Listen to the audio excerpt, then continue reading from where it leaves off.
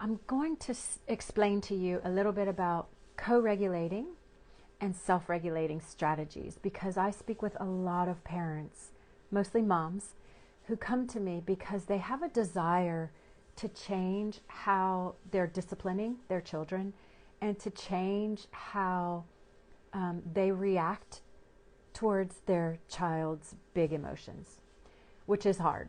It's not easy to hold space for a child's strong feelings. It's very activating for any adult, for any caretaker. So thanks everyone for joining. And so oftentimes a mother will come to me and there is a bit of a misalignment between the two parents. So the mom wants change. She wants to do more conscious disciplining, which comes from a place of love, which involves curiosity, connection, co-regulating, and compassion, rather than, the way we grew up with authoritarian parenting styles, which involves more fear-oriented discipline. We all know this well. It involves threats, punishment, isolating, sending us to our room, or consequences or shaming. Your sister can do this, why can't you do this? That sort of thing. So we're going to talk a little bit about self-regulating and co-regulating and how that actually, if we can get that down as parents and support our children's strong emotions through curiosity, connection, compassion, and co-regulating, then we're actually on the journey to changing behavior in the child. That behavior that we don't want. The no's, the talk back, the push back, the resistance, all of that, the hitting, the aggression, all of that can be changed when we show up and interact with our child's behavior through positive reinforcement rather than negative reinforcement. Okay? So negative reinforcement would be the fear-oriented discipline. Positive reinforcement would be the love-oriented discipline. So in order to co-regulate with a child, hey everyone, in order to co-regulate with a child, first of all, we have to be able to maintain our regulated state. So children are learning about this in school. Children are learning what it means to be dysregulated and to be regulated. And they use the zones of regulation. So what we want to do is we want to stay in that green zone of regulation. We want to stay calm, we want to stay focused, and we want to stay regulated so we can find a resolution to the problem without threatening our children and putting the fear of God in them, which is how authoritarian parenting works, which is what most of us grew up with.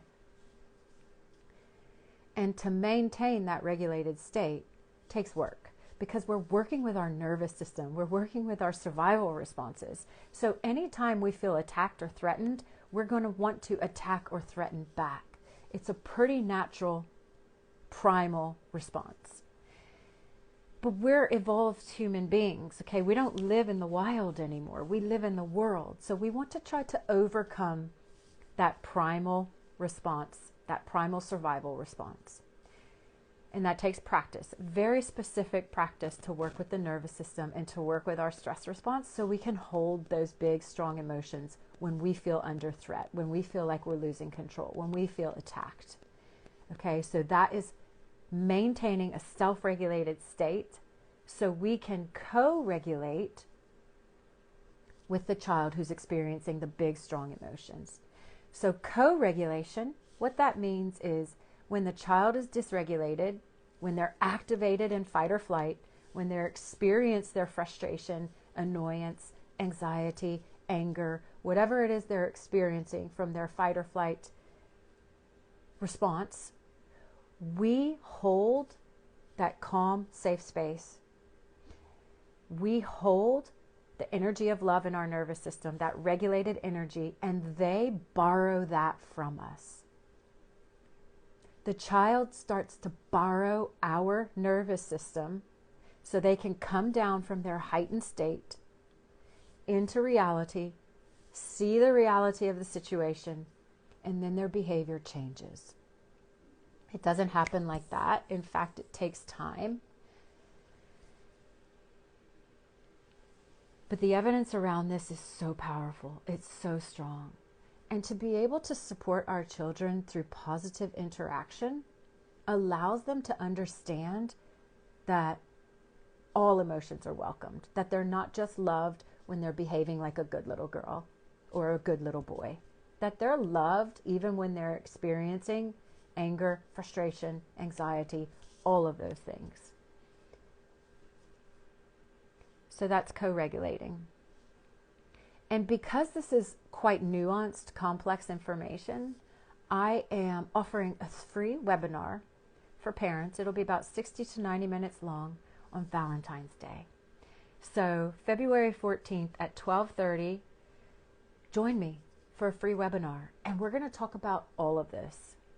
And we're going to learn strategies to help us self-regulate, and strategies for co-regulating. Strategies to learn how to get curious, to connect, to show compassion and co-regulate with our children, and why we don't want to be using fear-oriented discipline tactics. How that impacts the nervous system and the brain of a child. Free. So you can go to the link in my profile, hello, and register for free. February 14th, Valentine's Day at 12:30 for a free webinar on how you can get your child to do the thing when they refuse to budge. Let's learn together. Let's do all of this together. Okay. I'll see you there. Thanks everyone for joining me on this live. It's so good to see all of you. I hope you're all doing well. Okay. See you later. Bye everyone.